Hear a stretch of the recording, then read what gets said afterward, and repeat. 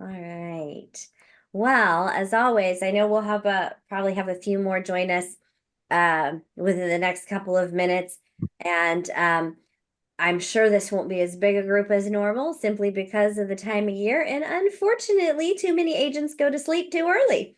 Can I share a story about that? Do you mind? Absolutely. So I got um a call yesterday, I think, from an agent in my office that is leaving on vacation today or something like that, and they just had a buyer call them about a property that is just coming up that they want to submit an offer on, and of course that person can do it because they're traveling, and so I hopefully got enough referral of very motivated buyers that would want to buy cash and make an offer, hopefully like tomorrow. So I'm Awesome. all for working through the holidays. It's been very good the past couple of years or the past year. So Awesome. Yeah. And those that stay working through the holidays, that's your business will pick up come first of the year. Whereas those that took off during the holiday, unless it was in their business plan. Now, if they created a business plan that allowed for that, that's fine, right? But if it wasn't in the business plan and they just took off, then they're going to wonder where their business is next year. And they're going to have to basically start from scratch come the first of the year, just about. So love that. Keep us posted. If anything happens with that, make sure and put it in the WhatsApp group. That's exciting. Great way to end the year. Awesome. Okay, so as always on this mastermind, I come with something to talk about, and we will get to that. But first, what is it that any of you have? Hello, Daniel. Yay. What is it that any of you have that you have a question about or would like to mastermind on for the good of the group to help us move businesses forward? And I Michelle, talked I know about you. mine last week, so I'm Okay. we took all the time last week for me, so I'm all No, good. so Jody, I was continually problem with okay, so I just recently finished my 135 and it looks really, really good. And then so now I'm needing to, I think, block out my calendar spaces to do those. Um, Yes.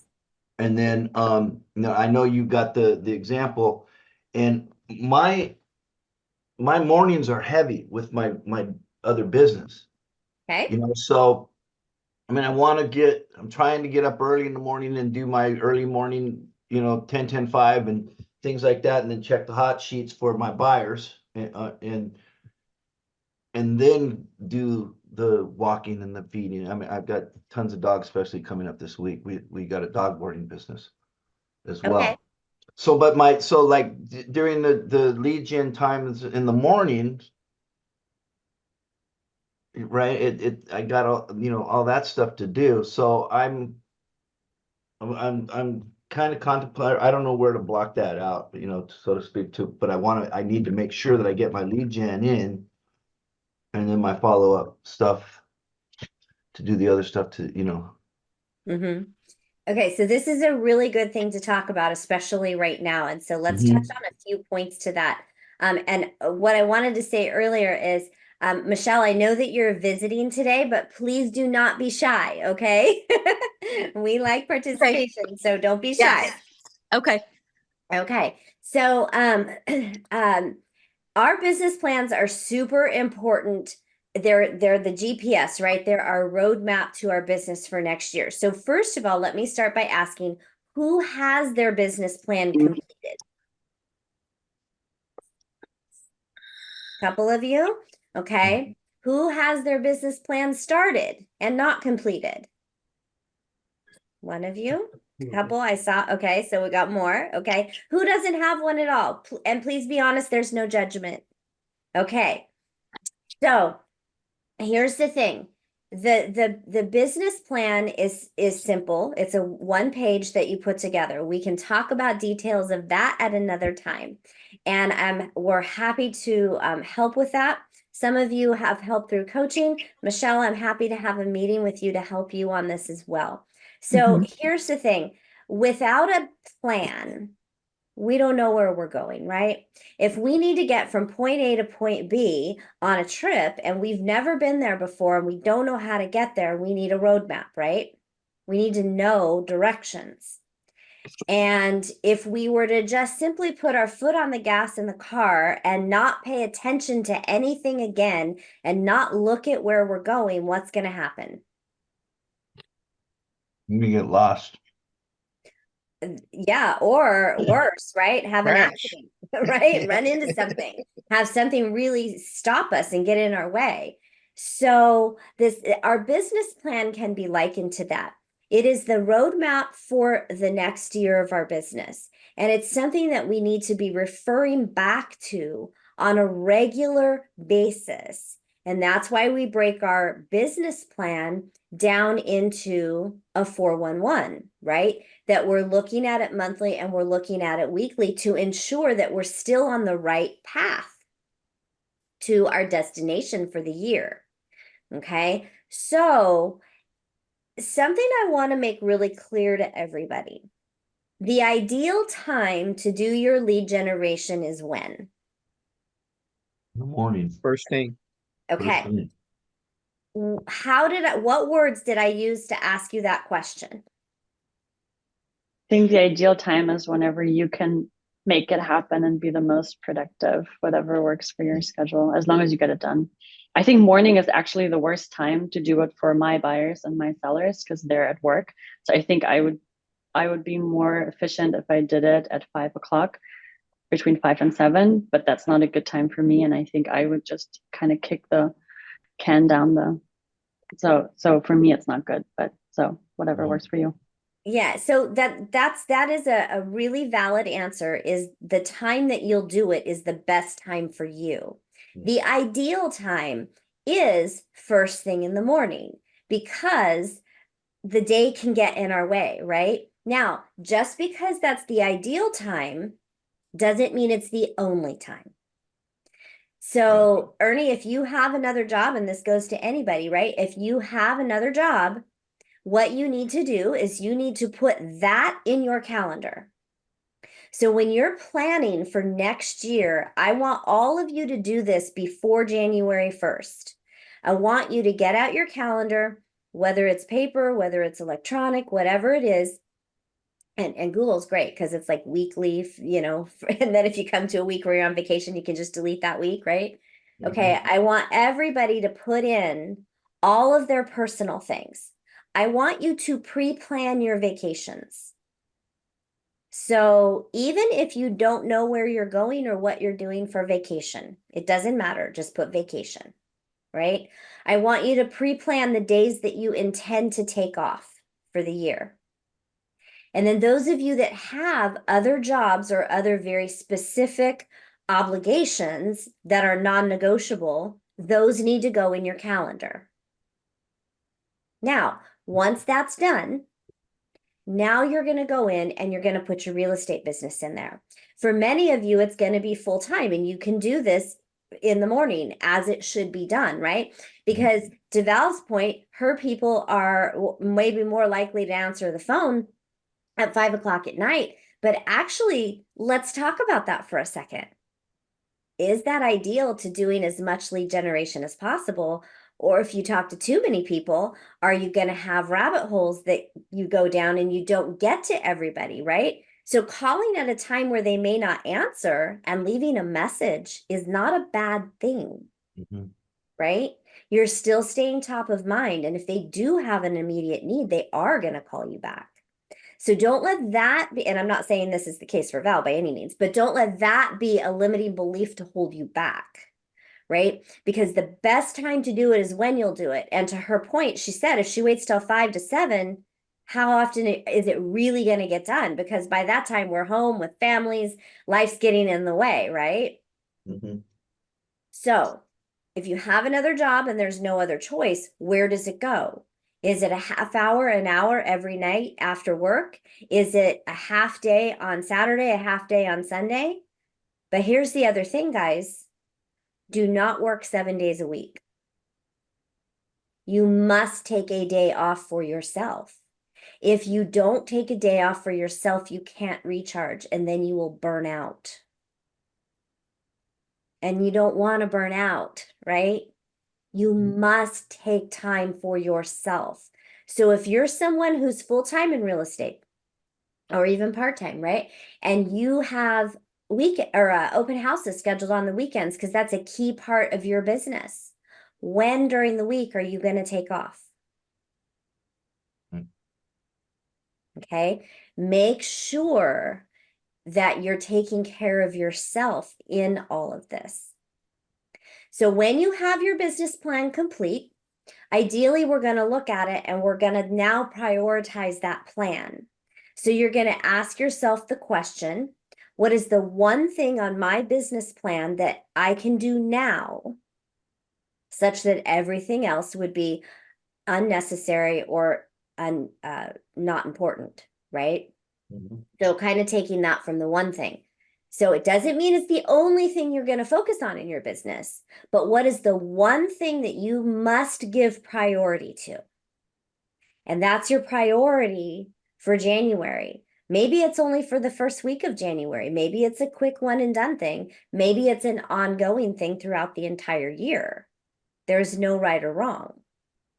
It's what's going to help move your business forward.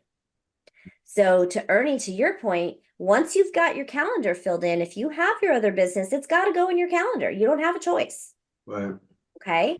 So make sure and do that, but then prioritize. Val?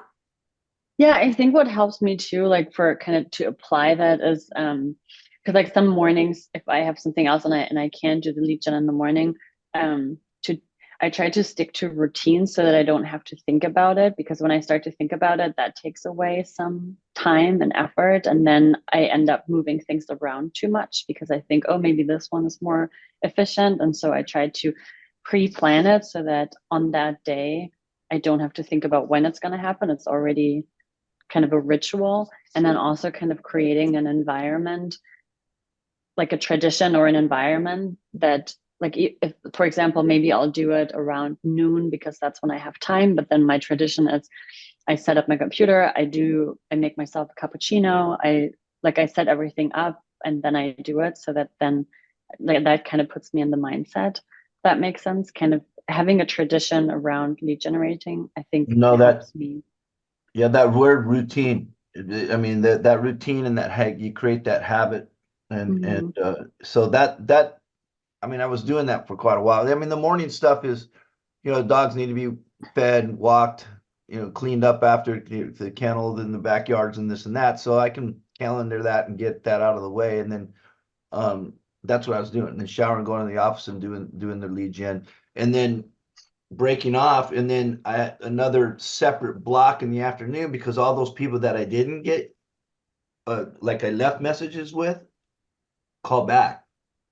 So I blocked the appointments in the afternoon in case I do have an appointment booked, or follow-ups, or answer, the calls that people do call back and stuff, so Yeah.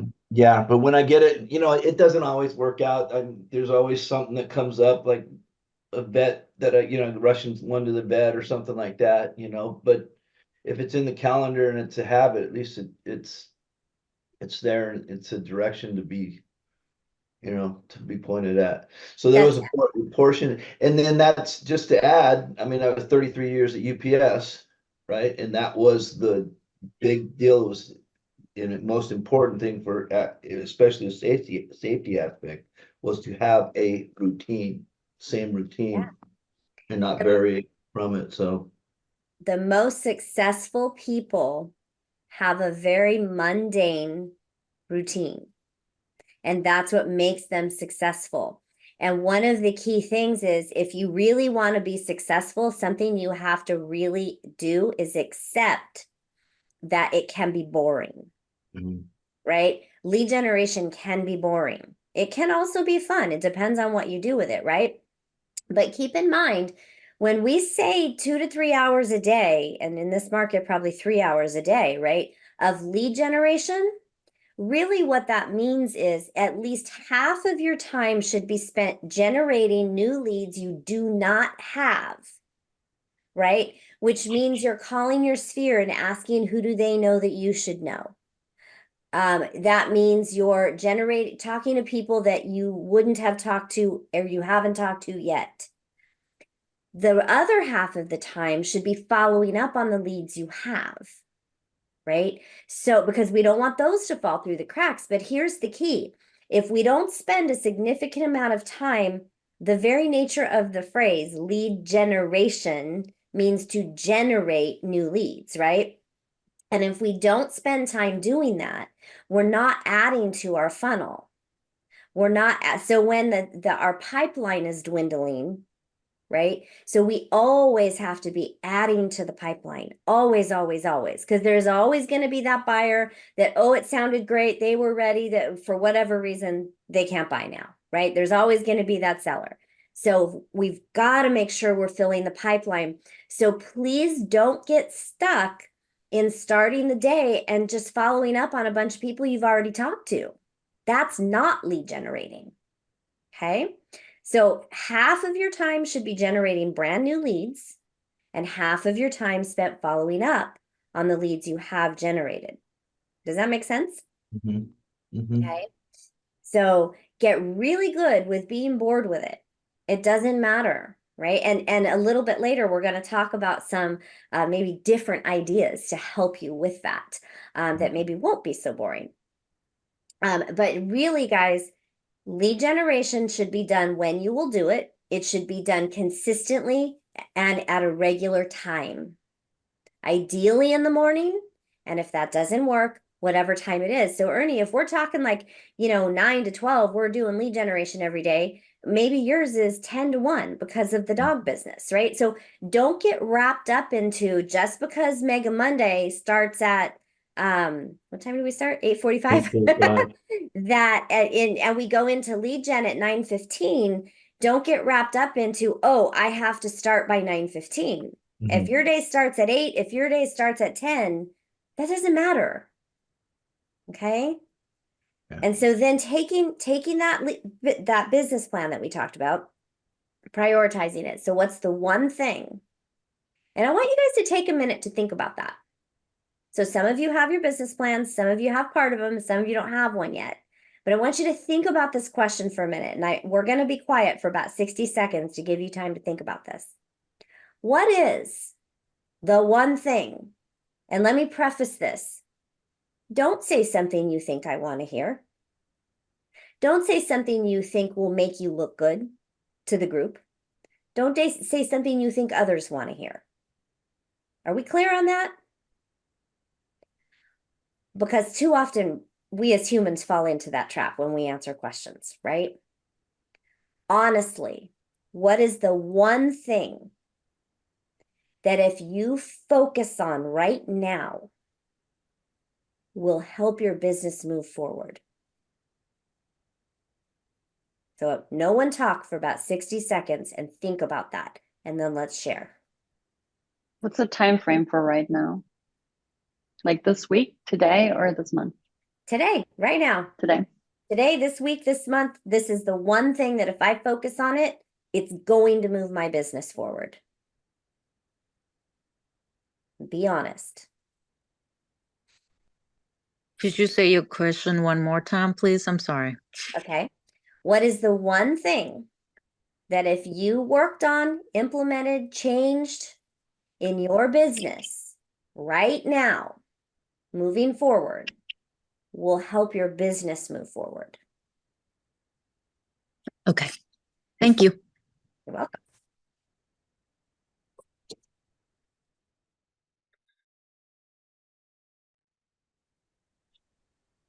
Okay. So, Pam, let me start with asking you, what are you trying to accomplish?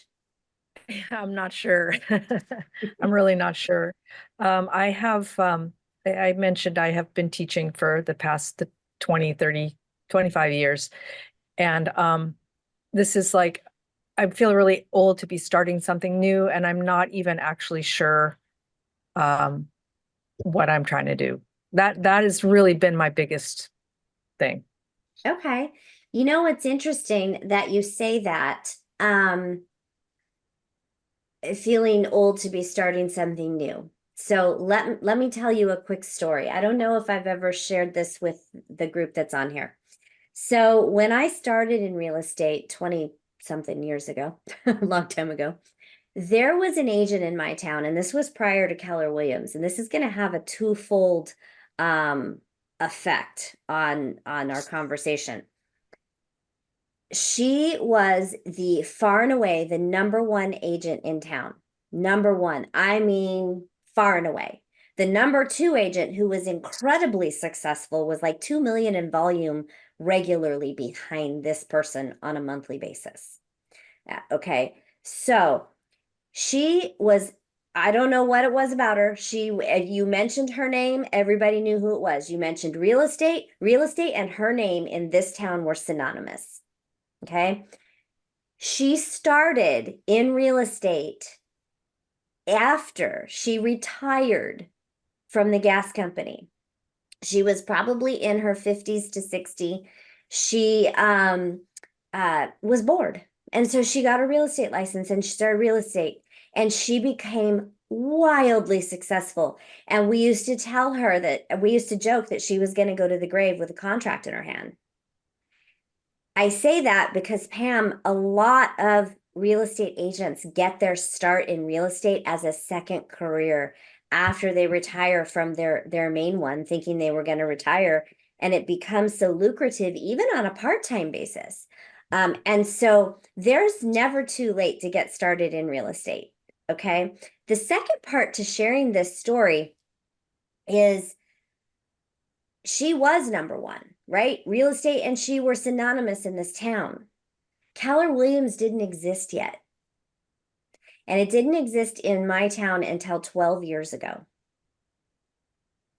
Since Keller Williams has been here, Keller Williams now has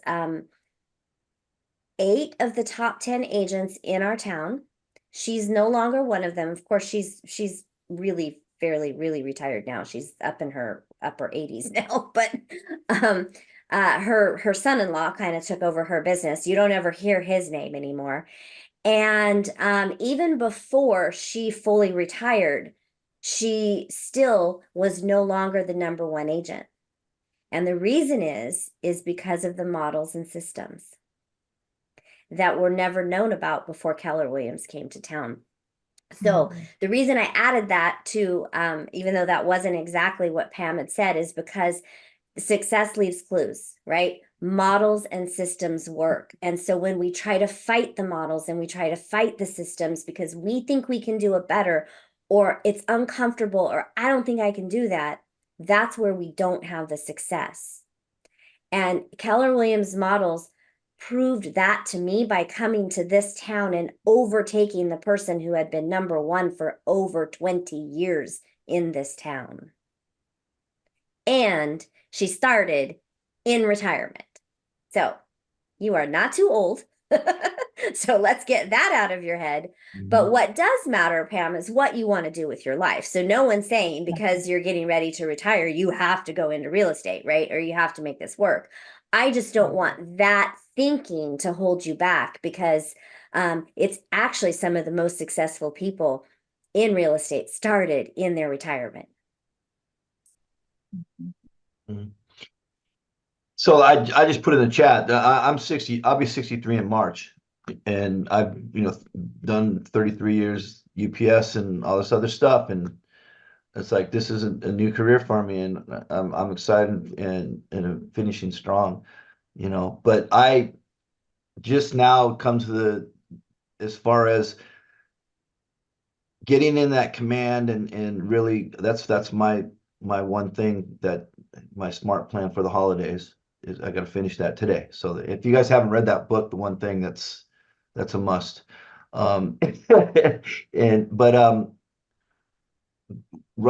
That business plan and getting it all taken care of. I mean, the starter business plan and that foundation was like, that's it, man. You're staying with it. And then now my personal one, it's just basically a variation off of that. Just the next steps that I need to tweak and do a little bit more of, and really hone in on specifics. But so I'm really getting that done and getting that on paper is really, really exciting me towards 2024. I'm ready to just, bounce into it. Like, I mean, I had an appointment yesterday and I'm still doing that stuff. If somebody's willing to talk and maybe a transaction or something right now, or start looking. However, I'm really, really setting up for January 2nd, really getting comfortable with command, and really, that's another thing too. You got the goals thing in command. So you can put what you want to make for next year, and that'll tell you exactly how many. They got the funnel on there and everything. That command is just amazing. It is, and let's not go down a rabbit hole though of command. So let's stay Yeah. on topic here. Yeah. The whole systems concept is really powerful, though, getting those systems in place. Yep. Yeah. Agreed. Absolutely. And so I'm going to argue that while some of what you've said has alluded to that, systems for certain things may be more important than some of the things that you put in there, right? Maybe not everybody. But systems are so important to our business, and lead generation and database, right? There are systems to be built around those so that everything is done consistently. So make sure if you're having any issues with those, talk to one of the coaches, go to Ask a Coach, bring it up in your one-on-one coaching groups. Those of you that have those, or your group coaching, and make sure that you're getting the help that you need with that. Building out your systems is super important, but really, really, we've got to be talking to the people. We've got to have the leads. If we don't have the leads, nothing else matters, right? Because we can have the best system in the world, but if we don't have anybody to use it on, what's the point? So what we do want to make sure is that we're not letting building things overtake the actions of the lead generation, right? So those things need to be calendared outside of lead generation time. Okay. But excellent. So before we get, because there's a lot that basically said database, I have some curiosity around, well, wait, let's put a button up on Pam's here. So Pam, hopefully that story helped you a little bit, but I would encourage you really take some time and think about what it is you want your retirement to look like, right? And maybe it's retirement from one and into another, maybe it's semi-retirement, whatever, but really take some time to think about what you want that to look like for you. And then reach out to us and let us help you put a plan together for that. Thank you. You're welcome. Michelle, I'm curious. You said tailoring my niche. How do you say that? What is that? So I try to think of a more meaningful, like my business or my career driven by passion. It sounds cliche, but it's make me excited and want to do. And I feel like real estate agent is not just selling home, buying home. And I have a passion for special need kids because I have special need kids. So I want to do something, add on. This is something new to me because, I volunteer a lot of time working with special need kids and all that stuff. So I try to find that niche of like, how can I add that part of it into my real estate, career? And I'm thinking about accessible home, that kind of stuff, but I cannot come out with something that are more substantial for me to going forward with. I'm just still kind of struggling with that one thing, to give me more passion, for me to get excited and get up in the morning and do more lead and all that stuff. I need to find that piece. That's what I mean, tailoring my niche. So I actually love that, Michelle. And I think what she's saying, whether your passion is, it doesn't matter what your passion is, right? Yeah. Tailoring your business and the marketing to your business in particular around that can be very meaningful and very helpful to your business. And Michelle, I can think of all kinds of ways to help in that, of which we, of course, won't have time to talk about today in full. However, you know, you mentioned the special needs being something that's important to you and accessible housing, and where that could be part of it. If you were to tailor a business around only accessible housing, what would that do to your business? I will feel more excited. I will feel, I don't know. I already excited about my career, but that will give me more meaningful and fulfilling if I get to work with this kind of people, get to help people. It's, yeah. Okay. And that's great. And what if all you were focused on was housing that was accessible? Would there be enough of that to really have a solid business? That's what I'm thinking. I didn't think it would be enough, or maybe it could be wrong because I don't know enough in this niche. That's why I want to find out more. It shouldn't be just accessible home. It should be more because, special need is not just meaning, people on wheelchair. It's Right. meaning like there's such a big and spectrum, like special need kids, autism. Sometimes there's still depending on the parent. So ADU, the house with the ADU, like, setting for their child when they get older, but still close enough for the parent to look after, something like that, something along that line. So, my job is to find out, whether there are more out there in this kind of area for me to pursue. But yeah. So I love that. And what if you were to think about it in not in terms of what accessible or special type of housing is there out there, and think about who can I reach out All to? right, good luck. Oops, there we go. Think about who can I reach out to? Mhm. Talk about this passion and how we could work together, right? Right. So, reaching out to the different organizations that help the different types of special needs, letting them know that you're in real estate and you want to figure out how you can help families. Mhm. Maybe it's you're finding a house that has no extra as far as that person's special needs, but Mhm. reaching out to different contractors and different ones who can help with that. So there's so many ways that you can apply that specific passion to real estate and really build your business, build your database, Mhm. which will help build your business. I'd love to talk with you more about that offline, because there is so much that you can do with that. So really be thinking outside the box of how you can make that work without really being focused on the house itself, whether it is or isn't appropriate for a particular need, Mhm. right? Because that Right. can be changed. Just like Right. if you don't like the color of the paint, you can change it, right? Right. Right. Yeah. So lots of ways to think about that. And I love that. And I love that you brought that up. So the rest of you, do you have a passion that you can include, right? And if you're including this passion in social media, what about if that passion involved around a particular charity or organization that you donated a portion of every one of your closings to? Right? And you were able to talk to that organization about that. If you were donating a portion of your proceeds, and it doesn't matter how big or how small, that's not the point. It's whatever you personally are comfortable with, right? How much more so would the people in that organization be wanting to help get you more business? Right? So there's so many things that you can do. You can promote on social media.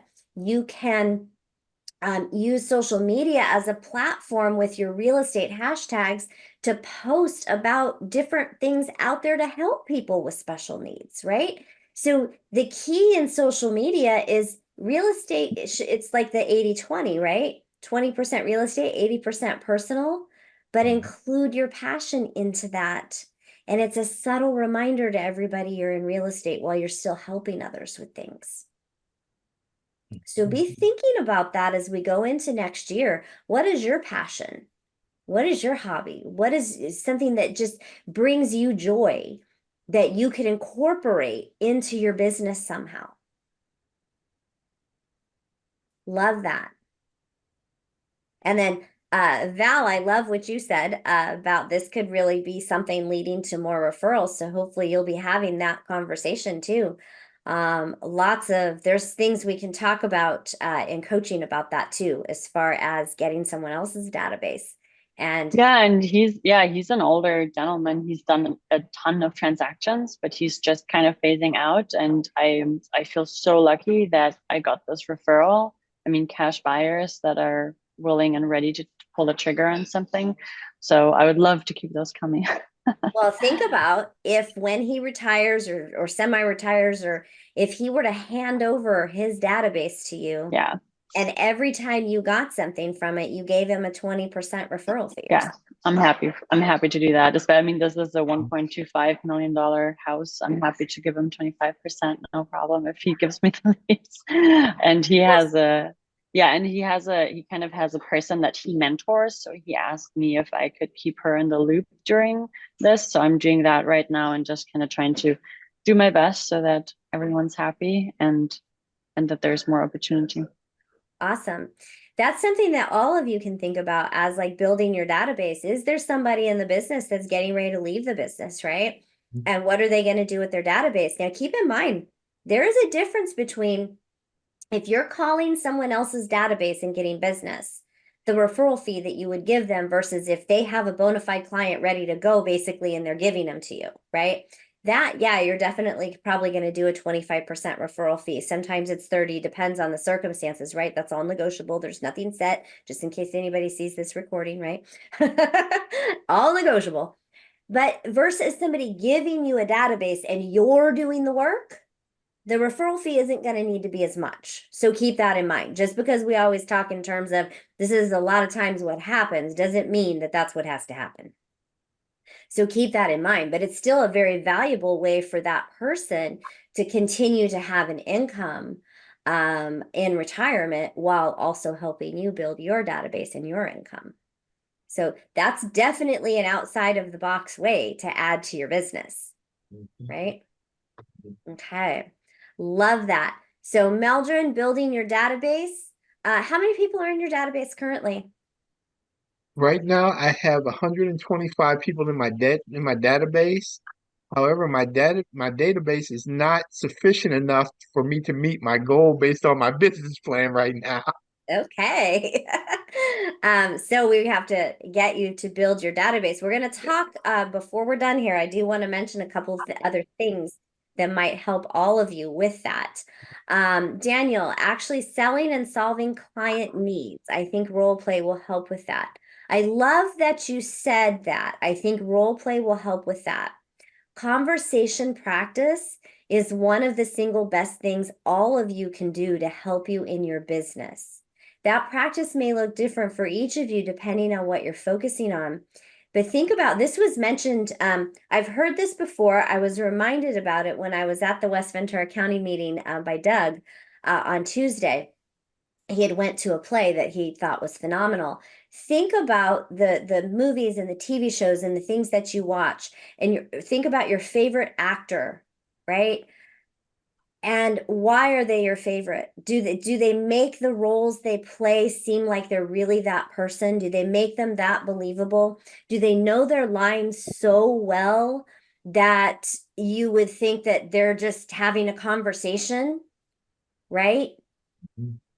We're not any different. Why are you going to go in front of a client not having practiced so that it feels like you know exactly what you're going to say and you don't have to think about it? Yeah, Conversation practice needs to be added to your business plan. Go ahead. because I just called two people this morning that, of course, it's the holidays, so everybody's kind of got their foot on the brake right now. But it occurred to me that they're going to save a lot more money if they purchase, relatively soon rather than waiting, because, as interest rates trend down, more buyers in the market, more competition, prices go up, bidding wars come back, and I got off the phone without articulating any of that to them. So that was not the best morning, but it needs to be I mean, the old school way of looking at that is like it's an objection and you have to have canned objection responses. But there's some truth to that because it's not that complicated a business and there's only, a handful of actual objections that are out there. And to be able to fire them off, I definitely need to focus on finding role play partners and doing that and getting it much faster.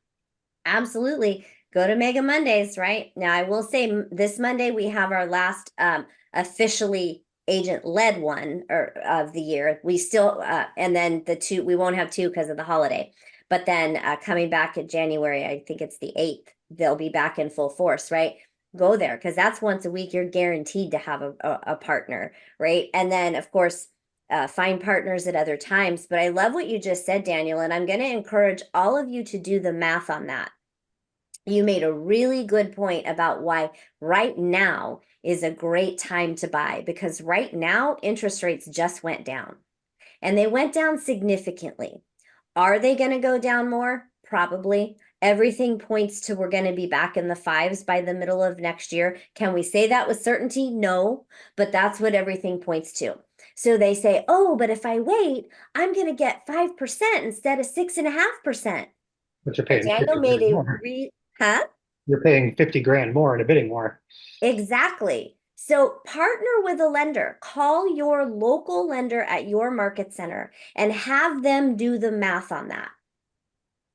6 months from now, 8 months from now, when things are expected to be better interest rate wise, right? Do the math on 50,000 more for a house versus and a 1 point less versus 1 point more now and 50,000 less. Do it on 50,000, do it on 100,000, do it on, I don't think we have any Tulare County in here right now. Jose, are you Tulare County? I didn't think so. Okay. I'd say lower numbers if we had them in here. So do that math. Have that with you at the ready, because that's going to be probably one of the number one objections right now. People have been waiting for interest rates to go down. Yay, they went down. That means they're going to keep going down. Maybe, and right? I challenge all of you to get with your local lender, get that math done, put it on a flyer, and put it in front of your face for every time you make a phone call. That in my area, Orange County, you can go ahead and put that 150 there. Yeah, absolutely. So please do that. Make that part of that's your homework for after today, because that right there is going to help you single-handedly with most all of your buyer objections over the next several weeks. Thank you for bringing that up, Daniel. That's very, very helpful and informative. Okay, work on database, touch every single one of them, dedicate more time to SOI. Those all work hand in hand. And so we all know SOI is the single best way to lead generate, right? But we need to have enough people in our database to reach the goals that we want to reach. And so couple different ideas I wanted to throw out at you based on some things that a mastermind I was in. Now, this one that I'm going to say, take with a grain of salt, because if you don't have funds to do something, don't do it. But if you have some money to be able to buy something, and what we have found is that experiences work better than things, right? So even if it's just a family 4-pack of tickets to the movies, right? Or maybe it's tickets to a play in your local area, something that's popular in your local area that you know people would want, right? Have a giveaway. Post it on social media. Have them create a Google form that is name, address, phone number, email address, right? Whatever other question you want to ask them.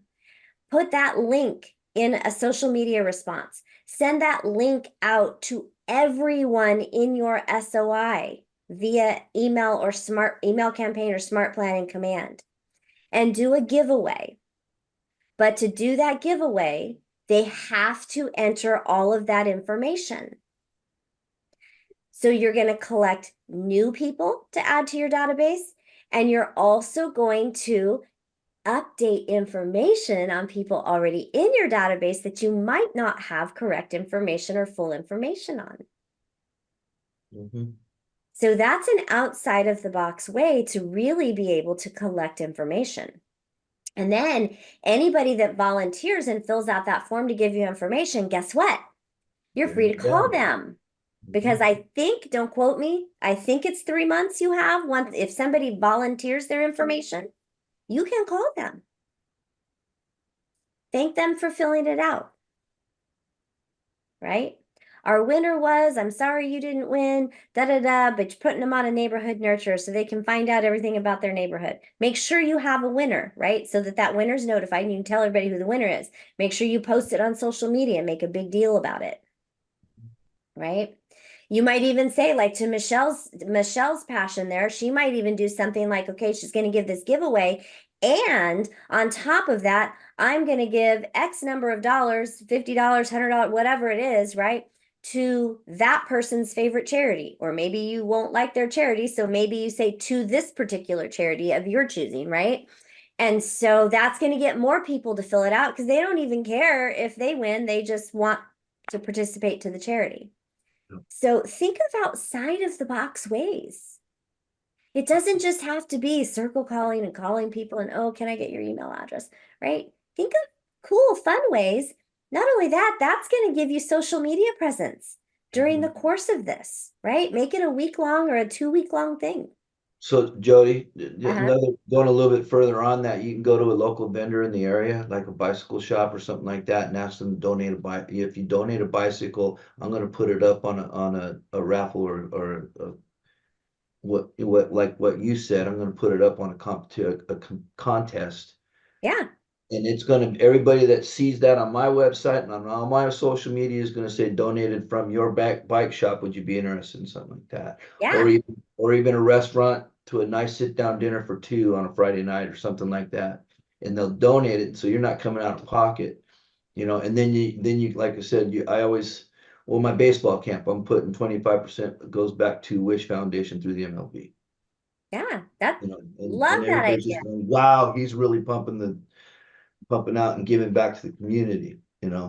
And even to plus that idea, that's fantastic. But even to up the ante a little bit more, what if you were to do a weekly, if you had the time, Monthly drawing. local business spotlight, right? So then you go to that business with your phone and you film it selfie style, whatever, but you do a 2 or 3 minute video interviewing that business owner and having them tell a little bit about their business. And then in that, they're gonna give away something, like if it's a local restaurant that's popular, right? Give away a family dinner or free pizza or whatever it is. It doesn't even have to be anything big, right? Right. But you're highlighting that business, and then you're also getting the recognition being in real estate, and you're giving something away. And so now you're adding to your social media database. Everybody to enter has to fill in the Google form with their information. This is a way to exponentially grow your database and have legitimate ways to reach out to new people. Mhm. So one last thing to add real quick, and we're quickly running out of time. Today went by really fast. Business to business. And it kind of goes along with what I just said, right? There's a couple ways you can do this. You could do exactly what we just highlighted and come up with your own business vendor list, especially for your clients that are just moving into town, and go into businesses and offer to partner with them as referral partners. And there are specific scripts in the PC Toolkit about this through Ignite, about partnering with different businesses, and that, I want to put you on a list of preferred vendors in the area. And every time that I meet with people, I will give your information to them. And then you can even have get some cards from them, and you give them cards and like put your name on the back of the card. So if they take their card in, they know you're the one that referred them, right? And then as you know that people you refer are going to them, there's also follow-up scripts about, hey, I've sent several people your way. Haven't heard from you. Have you talked to anybody that wants to sell real estate? Now, for sake of time, I'm kind of paraphrasing this. But really great ways to partner with businesses as referral partners, right? And we can talk in way more detail about this in future masterminds. But so many ways to grow your database. Meldrin, hopefully this helps you be able to have some ways to grow, and all of you. But I know you specifically said you needed to grow the number in your database. So any last thoughts, questions, ahas? It was that one workshop that you came back from was to find your passion, find your, to implement that in your business. And I went out and started volunteering for coaching. That immediately put 10 families in my database right Love there. it. And just to share, every time I've been out on the ball field since, I've had a real estate conversation. Love it. Love, love, love it. Yeah. Thank you for sharing that. Awesome. Well, I'll give you a couple minutes back in your day if you don't have anything else to add.